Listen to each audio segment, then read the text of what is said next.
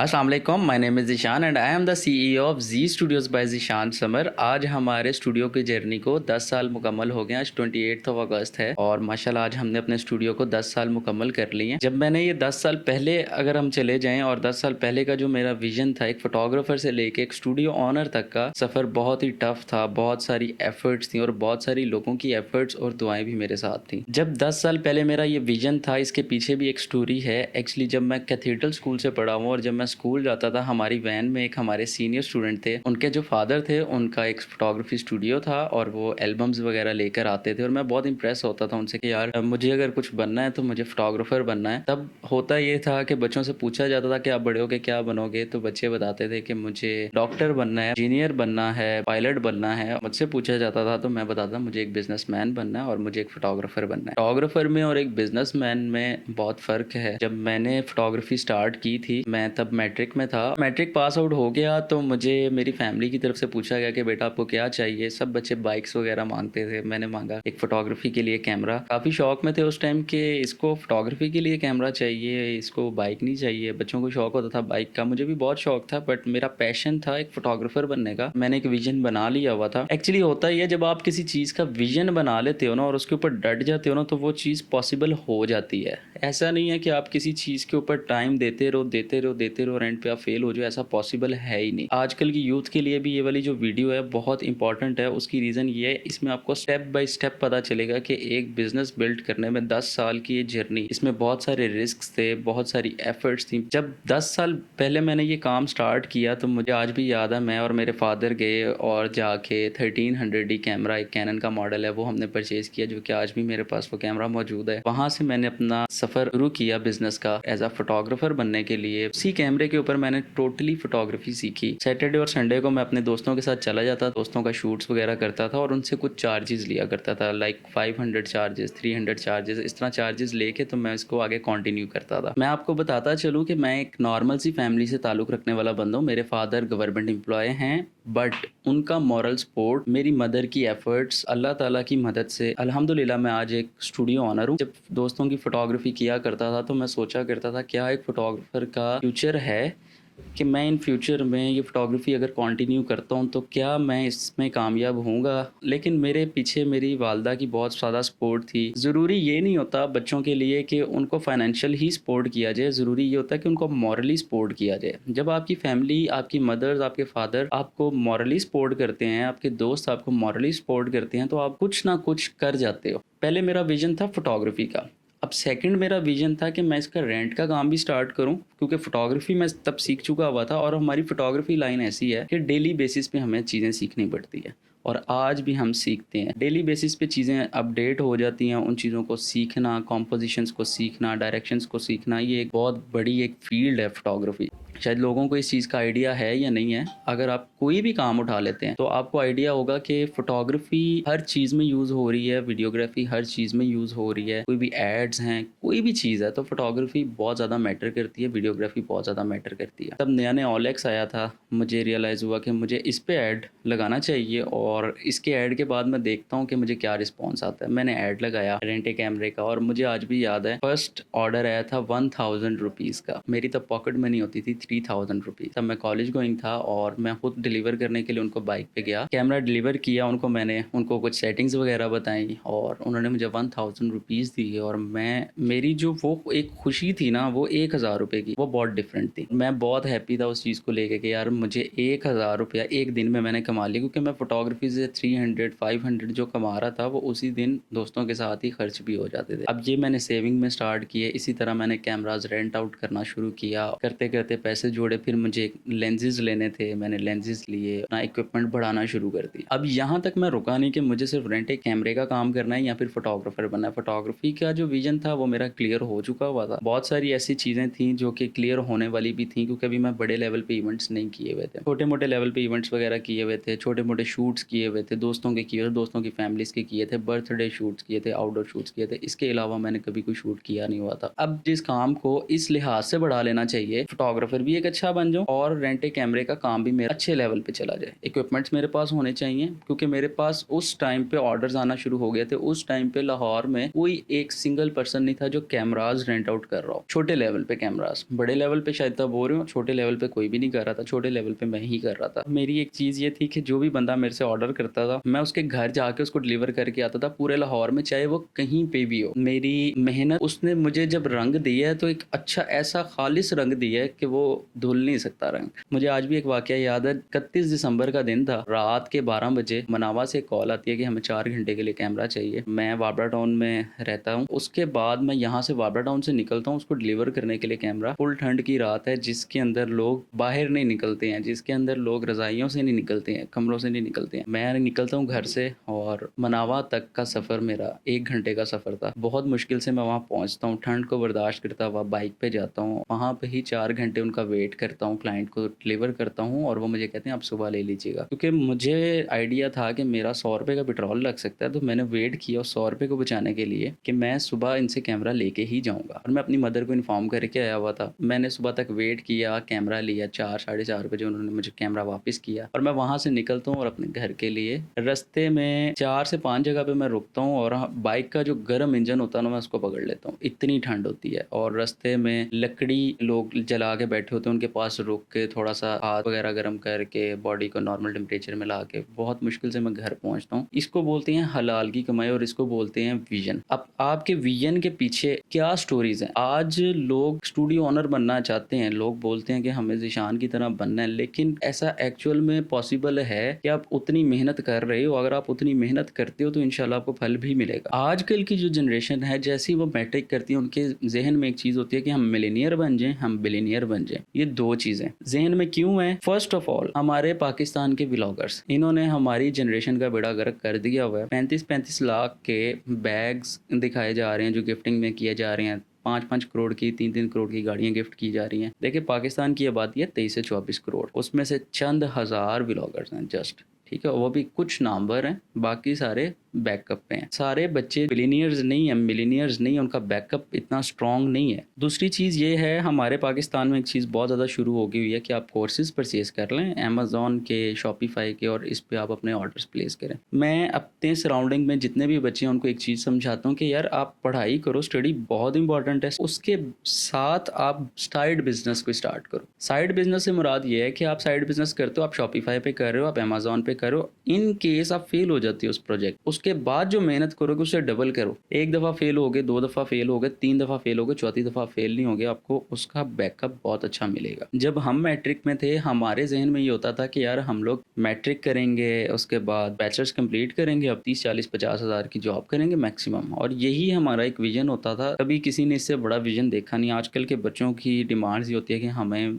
जाते से अगर जॉब करनी है तो 5 लाख से नीचे की जॉब ना मिले, इससे ऊपर की हमें जॉब मिले, जबकि ऐसा पॉसिबल ही नहीं है। ठीक है, जॉब्स हमारे पाकिस्तान में है नहीं। 70% जनरेशन यूथ हमारी बाहर चली गई है। यहाँ से आप बैचलर्स करके बाहर जाके टैक्सी ड्राइवर हो, आप बाहर जाके कहीं पे एज अ वेटर जॉब कर रहे हो या कुछ कर रहे हो, आई डोंट थिंक सो कि ये चीज़ गुड है। बट हर किसी के अपने मामलात होते हैं, हर किसी ने अपनी फैमिलीज देखनी होती हैं, तो हर कोई अपने लिए अच्छा ही सोचता है। जब मैं मैट्रिक से पास आउट हुआ था मैंने फैक्ट्री में जॉब की हुई है। मेरे वालिद साहब हमारे एक रिश्तेदार थे जिनकी फैक्ट्री थी, वहाँ पे छोड़ के आए थे मुझे कि यहाँ से कुछ सीखो। अभी मेरे 6 महीने पड़े हुए थे, मैं अपना काम भी करता था। मैं फैक्ट्री में सुबह 5 बजे उठ के जाता भी था, रात को वहाँ से आके अपना काम भी करता था और फिर मैं सोता था। वो 6 महीने मैंने इस तरह गुजारे थे। फैक्ट्री जब मैंने वहाँ से कंप्लीट कर ली अपनी, हमारी फर्स्ट ईयर की क्लासेस स्टार्ट हो गई। उसके बाद जब हमारा फर्स्ट ईयर ख़त्म हुआ फिर मैंने अपने ही एक रिश्तेदार हैं उनके पास कंपनी में जॉब भी की। उसके अलावा भी मैंने 1-2 कंपनीज को सर्व किया है जॉब करके। तो मैं रुका कहीं नहीं, किसी जगह पे ब्रेक नहीं लगाई। वो जो एक्सपीरियंसेस थे वो मेरी लाइफ में बहुत मैटर करते थे। सारी चीज़ों के एक्सपीरियंस, मेरे कैमरा रेंट का, मैं खुद डिलीवरीज करता था, फैक्ट्री में काम किया, मैंने ऑफिस में काम किया, सबको सर्व करने के बाद मेरे पास एक ऐसा एक्सपीरियंस मैंने गेन कर लिया कि मुझे उसका जो बेनिफिट हुआ, बेहतरीन बेनिफिट हुआ कि मुझे ये पता था कि मुझे डीलिंग करनी आ गई क्लाइंट से, कि किस तरीके से हमें डीलिंग करनी चाहिए और क्लाइंट्स को किस तरीके से लेके चलना चाहिए। उसके बाद जब मैंने रेंट ए कैमरे का भी काम शुरू कर लिया, मैंने अपना डिलीवरीज करनी शुरू कर दी, उसके बाद फोटोग्राफी भी स्टार्ट कर ली। इन सारी चीज़ों के बाद मेरा एक विजन बन गया कि यार मुझे अपना इक्विपमेंट बढ़ाना बढ़ाना है। उस इक्विपमेंट को बढ़ाने के लिए मैंने उबर पे बाइक भी चलाई, मैंने करीम पे बाइक भी चलाई। उबर और करीम पे बाइक चलाने के बाद मेरा विजन एक बन गया कि यार मैं इक्विपमेंट्स तो बना रहा हूँ, कैमरा रेंट का काम भी कर रहा हूँ, उबर पे बाइक भी चला रहा हूँ, मैं शूट्स भी कर रहा हूँ, अब मुझे गाड़ी ले लेनी चाहिए। उन दिनों में मुझे आज भी याद है, सेकंड ईयर था मेरा कॉलेज का और मैंने एक गाड़ी अपने दोस्त के साथ जाके सुजुकी FX गाड़ी खरीदी 50,000 रुपए की। मैं फैमिली को सरप्राइज देना चाहता था, लेकिन उसके पीछे एक स्कैम था कि वो गाड़ी चोरी की थी और वो हमें छुपा देनी पड़ी और मेरे घर भी नहीं बता सका मैं। वो एक लॉन्ग स्टोरी है, मैं उसके ऊपर एक पूरी प्रॉपर वीडियो बनाऊंगा, वो किस तरीके से मैंने खरीदी थी और मेरे साथ स्कैम किस तरह हो गया। इसके बाद मेरा एक बहुत अच्छा दोस्त है, उससे मैंने बहुत कुछ सीखा भी है, उसका रेंट ए कार का काम था। तब मेरा एक प्लान बना कि यार क्यों ना मैं अपने लिए गाड़ी परचेज करूं और उसको मैं उबर करीम पे चलवाऊं ड्राइवर के थ्रू। और मैंने ये डिसाइड कर लिया। इसके लिए मुझे डबल मेहनत करनी पड़ेगी, डे नाइट मुझे मेहनत करनी पड़ी थी। इवन कि मैं तब डे में 2 से 3 शूट्स कर रहा था, इक्विपमेंट्स भी रेंट पे दे रहा था, साथ मैंने अपनी स्टडी भी कंटिन्यू रखी हुई थी, कॉलेज भी जाता था, कॉलेज को भी कंटिन्यू रखा हुआ था, फ्रेंड्स को भी टाइम देता था, फैमिली को भी टाइम देता था, अपनी नींद को मैंने बहुत कम कर दिया हुआ था। उसके लिए मुझे बहुत मेहनत करनी पड़ी। एक दिन ऐसा आ गया 2019 में, मैंने खुद की गाड़ी परचेज की, अप्लाइड 4 वैगन आर। मेरी जो फैमिली के लिए वो टाइम था, हम लोग शोरूम पे गए, मैं, मेरे फादर और मेरी मदर। हमारे पास उससे पहले थी कोरे कार और उससे 1 महीना पहले मेरे वालिद साहब ने वैगन आर अप्लाइड 4 ली थी गाड़ी। मैं बहुत खुश था। जब बंदा अपनी कमाई में से ऐसी कोई चीज़ ले, अपनी कमाई में से 1,000 भी खर्च करना पड़े ना, तो उस बंदे की खुशी एक नेक्स्ट लेवल पे होती है। मैं जब वो गाड़ी लेने के लिए हम लोग शोरूम पे गए, हम उबर पे गए थे, गाड़ी लेकर आनी थी, मेरे वालिद साहब रो रहे थे उस टाइम गाड़ी देख के। उस टाइम का एक मूवमेंट था और उनके जज्बात थे मेरे पेरेंट्स के कि उनकी औलाद अभी ओनली 17-18 साल की है जिसने गाड़ी खरीद ली है। वो गाड़ी लेके जब हम लोग आए, वो उनकी खुशी का एक नेक्स्ट लेवल था कि वो मैं बयान नहीं कर सकता अल्फाज में। जब मेरी मदर रात को देर तक जागती थी मेरे लिए और वेट करती थी कि ज़ीशान आएगा और उसके बाद ही मैं सोऊंगी, वो जो उनका एक फल था ना रात को जागने वाला, मुझे जो सपोर्ट करने वाला था और जो उनका मॉरल सपोर्ट था, वो उस दिन नज़र आ रहा था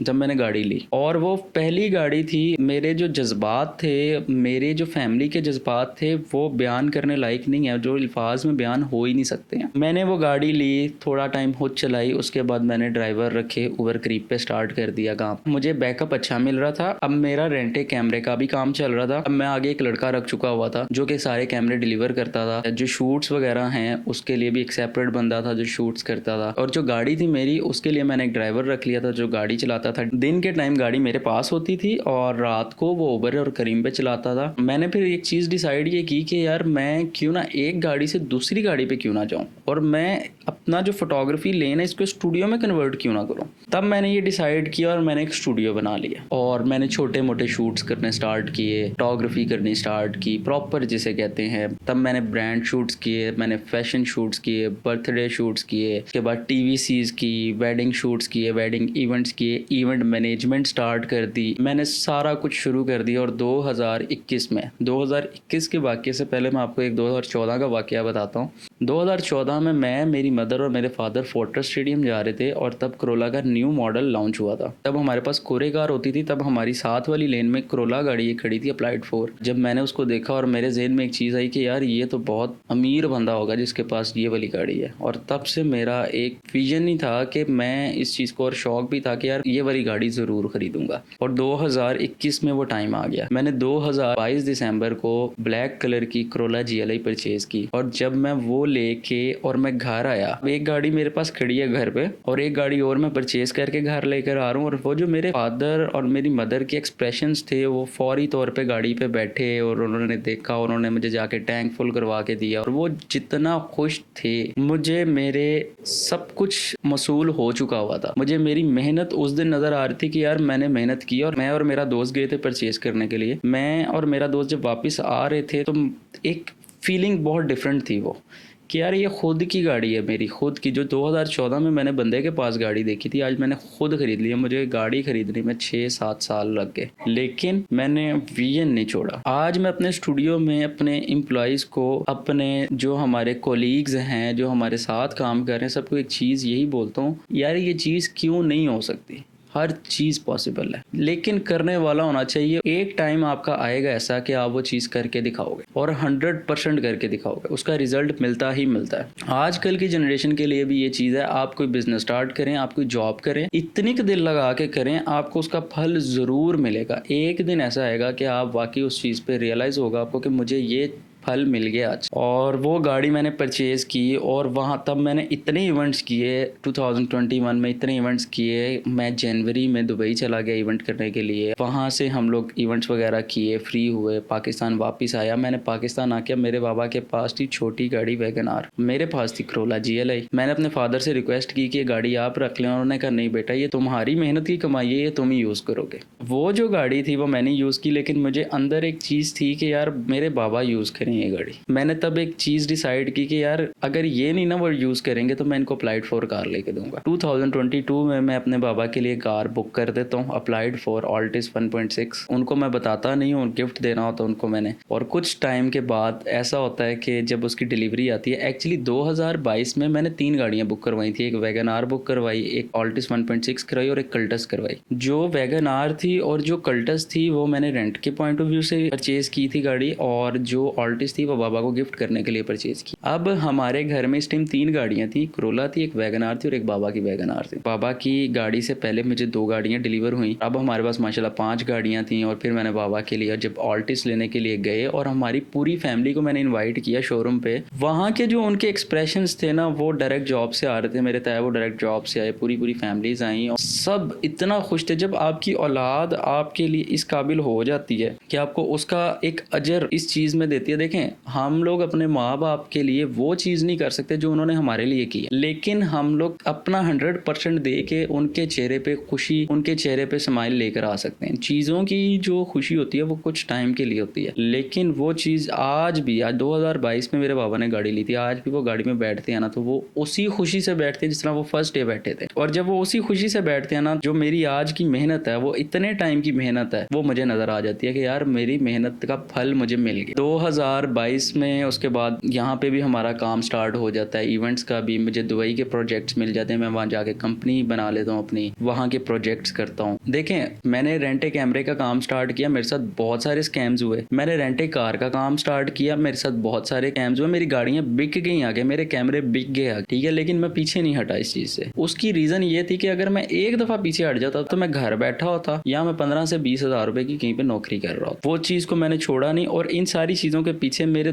दोस्तों की सपोर्ट, आपके पास अच्छे दोस्त होना भी बहुत अच्छी चीज़ होती है। मेरे जो दोस्त हैं अल्हम्दुलिल्लाह उनकी सपोर्ट बहुत थी, इवन कि हर जगह पे मेरे साथ खड़े हुए, एवरी सिचुएशन में उन्होंने मेरा साथ दिया। हर जगह पे कोई ऐसी सिचुएशन नहीं होती थी जहाँ पे वो मुझे छोड़ गए, अकेला नहीं कभी उन्होंने छोड़ा। और उसके बाद मेरे पेरेंट्स की मॉरल सपोर्ट होती थी। मैं दिन में काम पे हूँ, रात में हूँ, मैंने दुबई में इतना काम किया, कंपनी रजिस्टर्ड की, अपना स्टाफ लेके गया। अल्हम्दुलिल्लाह अल्हम्दुलिल्लाह आज जब हमारे 10 साल मुकम्मल हो गए हैं तो मेरी जो वो खुशी है अंदर की, वो शायद मैं लफ्ज़ों में आपको बयान ना कर सकूं। लेकिन ये थी मेरे बिजनेस की एक छोटी सी जर्नी, जो फोटोग्राफर से लेके एक स्टूडियो ऑनर बनने तक की। मेरे पास अल्हम्दुलिल्लाह इस टाइम अच्छा खासा एक स्टाफ है जो मेरे भाइयों की तरह है। मुझे ज़रूरत नहीं पड़ती है इस चीज़ में, उनको कभी ये रियलाइज़ नहीं होने दिया मैंने कि मैं ऑनर हूँ और वो एम्प्लॉई हैं। कि जब आप टीम वर्क में काम करते हो, एज अ लीडर काम करते हो, तो आपके साथ जो जुड़ने वाले होते हैं वो किस तरह के हैं। मेरे साथ जो मेरा स्टाफ जुड़ने वाला है अल्हम्दुलिल्लाह, जो जी स्टूडियोज़ को आगे लेके जाने वाला स्टाफ है, मेरी अकेले की मेहनत नहीं है इसके अंदर। ये सारा क्रेडिट मेरी टीम को जाता है। मेरी टीम की सपोर्ट, मेरे पेरेंट्स की सपोर्ट, मेरे दोस्तों की सपोर्ट, उसके बाद ही आप कहीं ना कहीं पे पहुंच सकते। ये थी एक छोटी सी जर्नी मेरे बिजनेस की जो 10 साल की थी। इंशाल्लाह नेक्स्ट वीडियो में आपको स्कैम्स के बारे में भी बताऊंगा कि जब मैंने रेंटे कैमरे का काम शुरू किया था मेरे साथ किस तरह के स्कैम्स हुए थे, अभी तक होते हैं। और गाड़ियों का काम में मेरे साथ किस तरह के स्कैम्स थे, मेरे साथ दुबई में जो स्कैम्स हुए थे वो किस टाइप के हुए थे, वो किस तरह से हुए थे, और पाकिस्तान में हमारी इवेंट्स की क्या पोजीशन है, हमारे फोटोग्राफर्स की क्या पोजीशन है। फोटोग्राफर्स जो क्लाइंट्स इवेंट्स वगैरह बुक करवाते हैं